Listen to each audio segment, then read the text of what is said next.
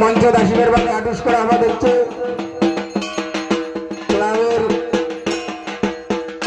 সম্পাদক অনুপ বর্মন বিপ্লব Barman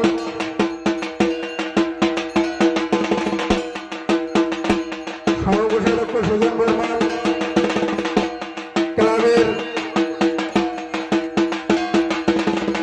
fair player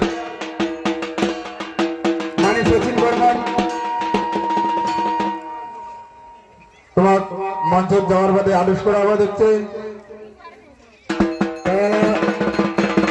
আমরা আজকে যাই হোক